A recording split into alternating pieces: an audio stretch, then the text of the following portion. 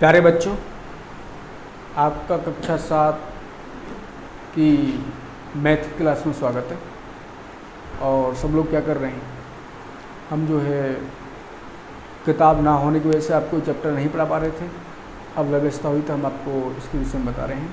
हमारा जो कक्षा 7 में पहला चैप्टर है वो है पूर्णांक। पूर्णांक का मतलब क्या होता है, आपका इंटीजर्स। जो बच्चे इंग्लिश मीडियम के वो समझ लें, इंटीजर्स। अब इनका हम अध्ययन कैसे करेंगे कि इंटीजर्स होते क्या हैं, पूर्णांक होते क्या हैं।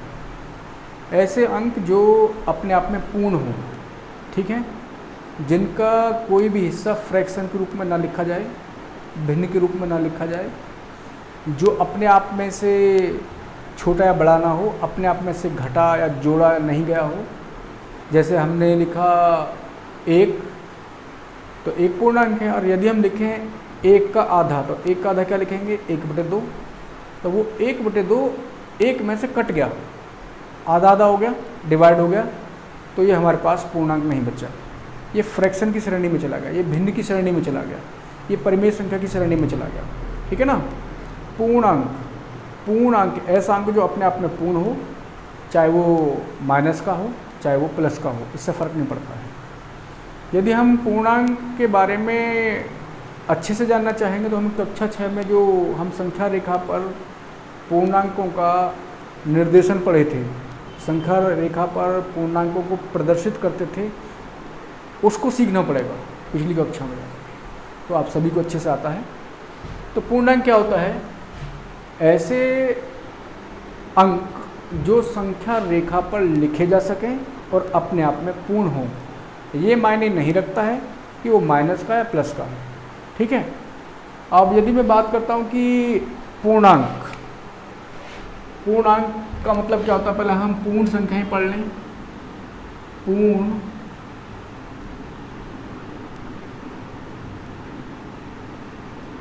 पूर्ण संख्याएं, तो पूर्ण संख्याएं क्या पढ़े थे आप, होल नंबर्स पढ़े थे ना।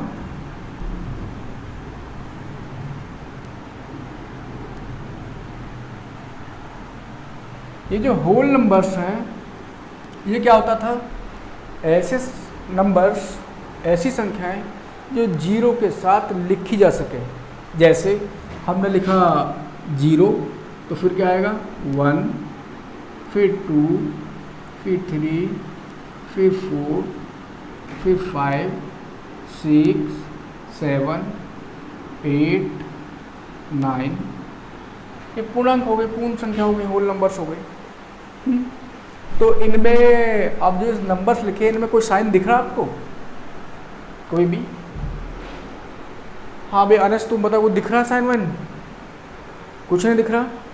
अच्छा, हम क्या बताए थे कि जो संख्या किसी साइन के साथ ना लिखी गई हो तो वहाँ पर क्या होता है, प्लस छुपा रहता है, उसको लिखा नहीं जाता है ना। तो क्या छुपा हुआ है यहाँ पर, प्लस, ठीक है ना। तो सभी संख्याएं प्लस की हैं, तो प्लस की हैं तो क्या माइनस की भी होंगी, माइनस की हो सकती हैं, होंगी ना। अब यहाँ देखते हैं इस संख्या रेखा को। ये जो संख्या रेखा है, जो नंबर लाइन है,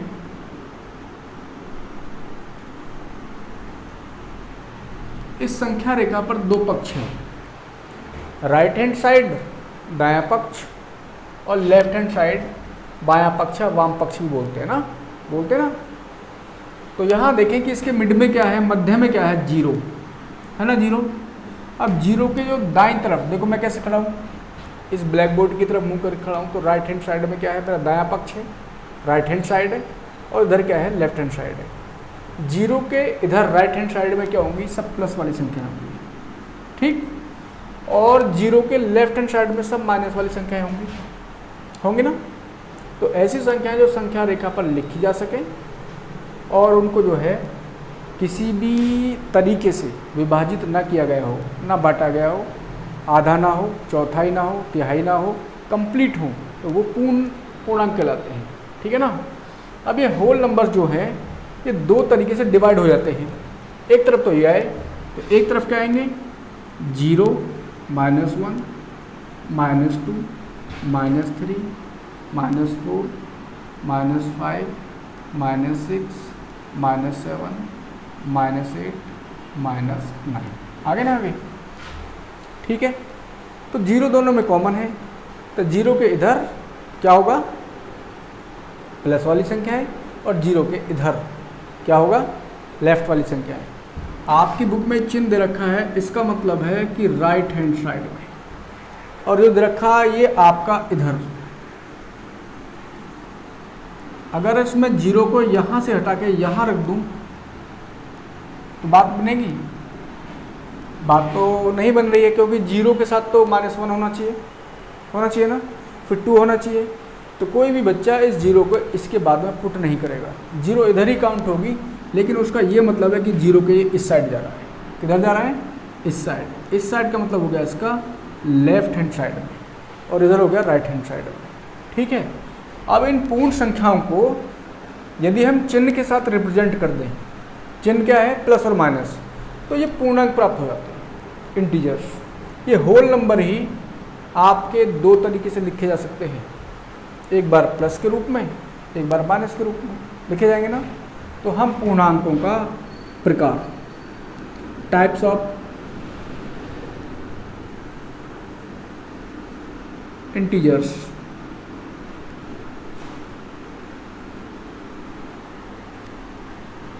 पूर्णांकों का प्रकार।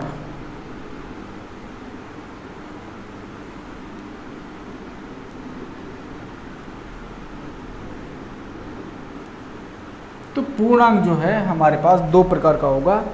कैसे होगा? यहाँ लिखेंगे पूर्णांक,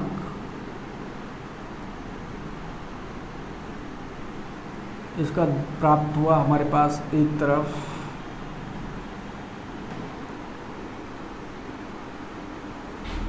इधर ऋणात्मक पूर्णांक,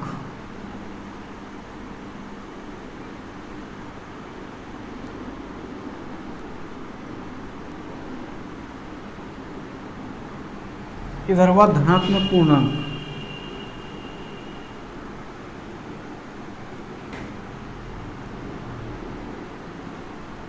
ठीक है।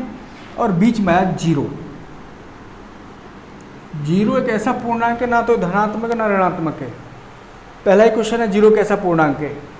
समझ लीजिए जीरो ना तो धनात्मक है और ना ऋणात्मक है। ठीक है, ये उदासीन है।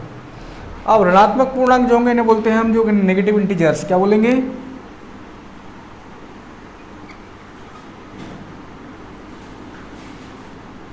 इंटीजर्स, शॉर्टकट लिखा मैंने।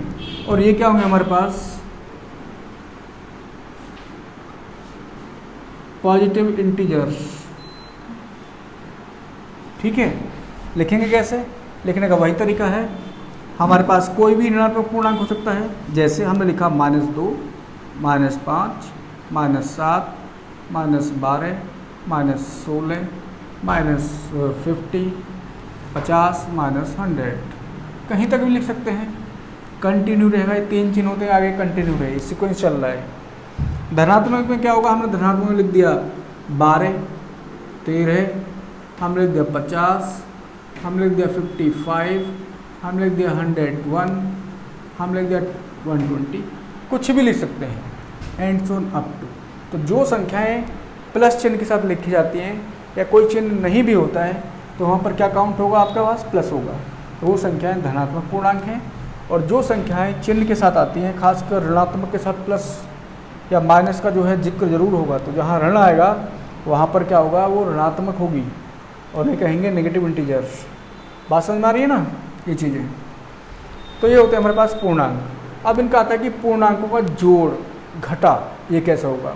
एक क्वेश्चन और है आपके इसमें दे रखा है कि जो एक और पैटर्न है इनको समझने का।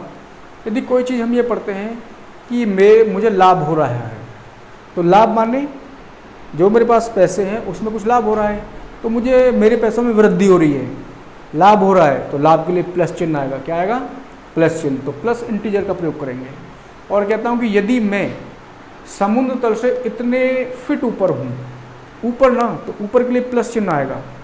और यदि कहता है कि मैं समुद्र तल से इतने फीट नीचे हूँ, कहता है समुद्र तल से 1200 फीट नीचे या 1200 मीटर नीचे, तो नीचे के लिए माइनस चिन्ह आएगा। क्लियर है ना? तो इंटीजर्स को जो समझने का ये तरीका है कि जो वृद्धि होती है, लाभ होता है, पैसों में वृद्धि होती है, आपका जो काम में वृद्धि होती है, हाइट में वृद्धि होती है, छात्रों की संख्या में वृद्धि होती है, आपके पास जो फल हैं उनमें वृद्धि हो रही है, तो वहाँ पर हम पॉजिटिविटी का यूज करेंगे, उसका अनुभव करेंगे, तो वो पॉजिटिव पूर्णांक की श्रेणी में आएंगे।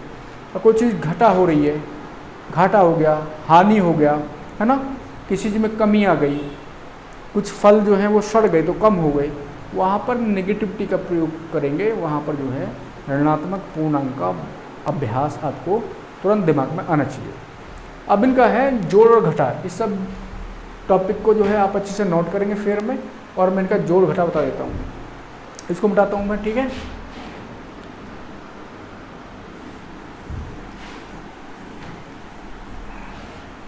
अब जो पूर्णांकों का जोड़ कैसे करेंगे,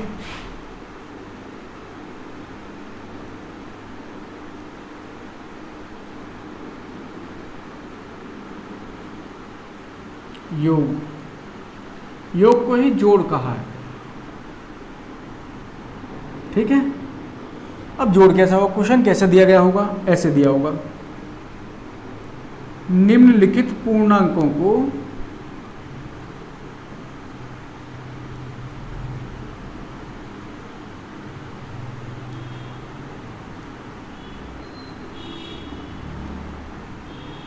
जोड़िए।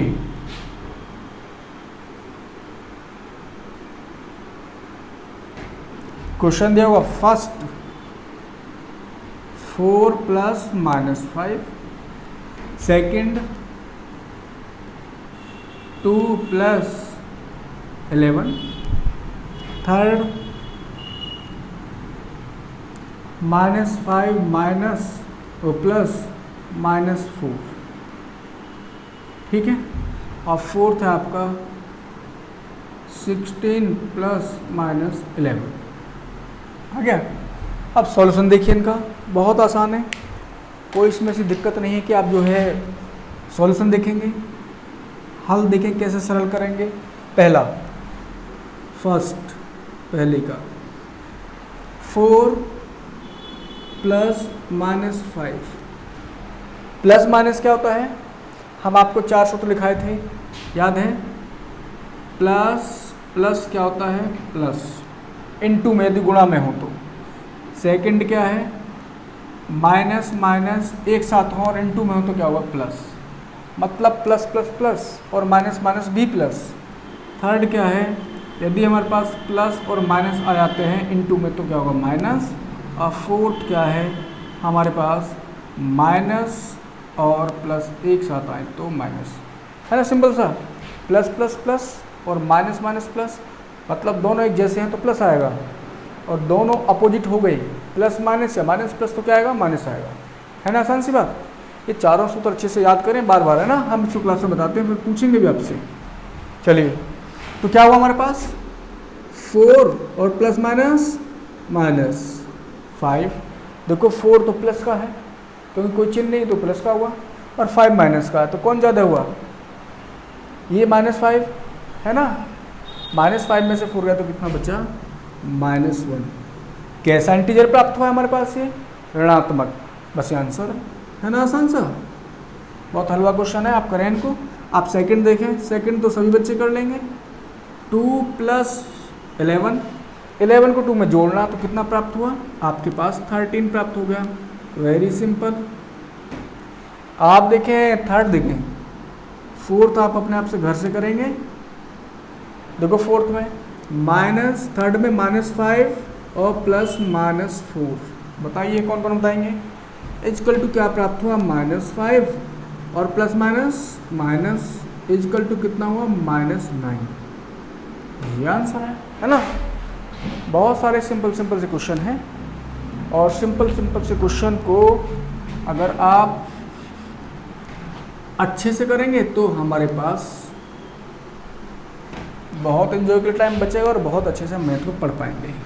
मैथ से डरना नहीं है, आप इन चीज़ों को अच्छे से देखें, समझें, समझने के बाद जो है आप परफॉर्म करें, अच्छा लगेगा, ठीक है।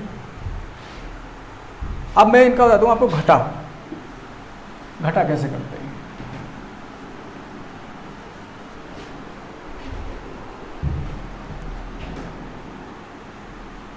पूर्णांकों का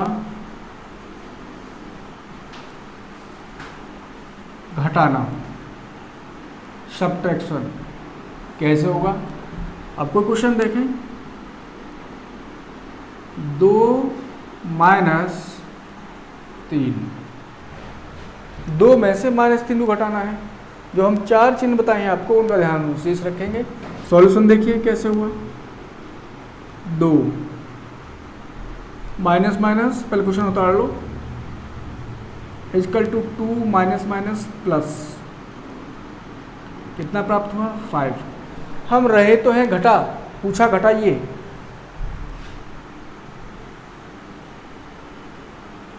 और हो क्या रहा है जोड़। तो ये तो हमारे साइन के अकॉर्डिंग काम होगा, जो चिन्ह दे रखा हुआ उसके अकॉर्डिंग हम अपने सवाल को परफॉर्म करेंगे, उसके हिसाब से सिंप्लीफाई करेंगे, जो भी आएगा वो आंसर आएगा। ये नहीं कि हम घटा रहे थे हो गया जोड़। ठीक है, क्वेश्चन नंबर 2 देखिए, जैसे हम करें 17 में से, ऐसे क्वेश्चन आपके एग्जाम में बड़े आते हैं, 17 में से 2 को घटाइए,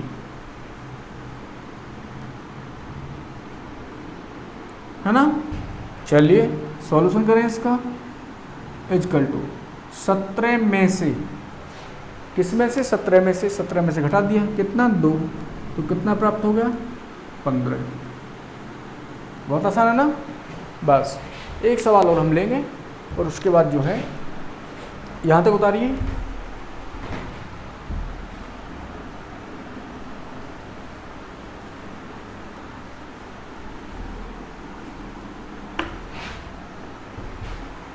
जो आपके लैंग्वेज वाले क्वेश्चन होते हैं उन्हें देखिए जरा। क्वेश्चन नंबर 3, 1 2 3, राम के पास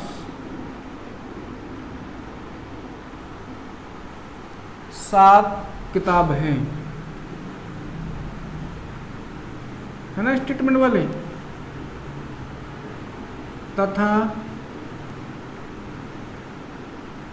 सीता के पास 5 किताब हैं।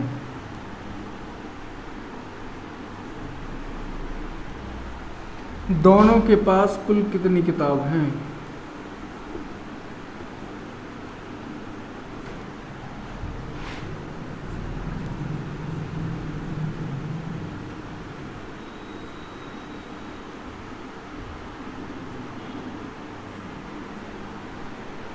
लिख लेंगे। अब देखिए सॉल्यूशन, राम के पास किताब बराबर,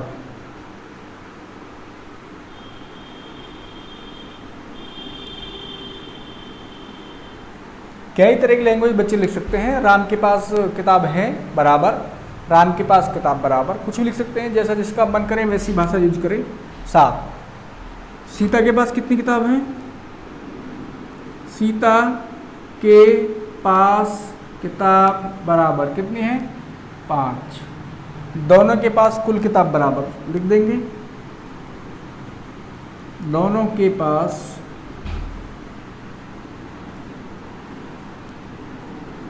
कुल किताब बराबर, जोड़ देंगे तो कितना आएगा 7 + 5 और बराबर 12। आंसर 12 किताब है ना। ये चीज़ जो है हम इनको सवालों को ठीक से देखेंगे और सब सवालों को फेयर में बनाने की कोशिश करें। कोई दिक्कत आती है तो हमको जो है कमेंट्स में लिखें कि ये प्रॉब्लम है, हमसे फ़ोन भी कर सकते हैं। चलिए आज के लिए इतना ही, धन्यवाद। आप सब काम फेयर करेंगे और फिर हम नेक्स्ट पीरियड में फिर मिलते हैं। धन्यवाद। चलिए।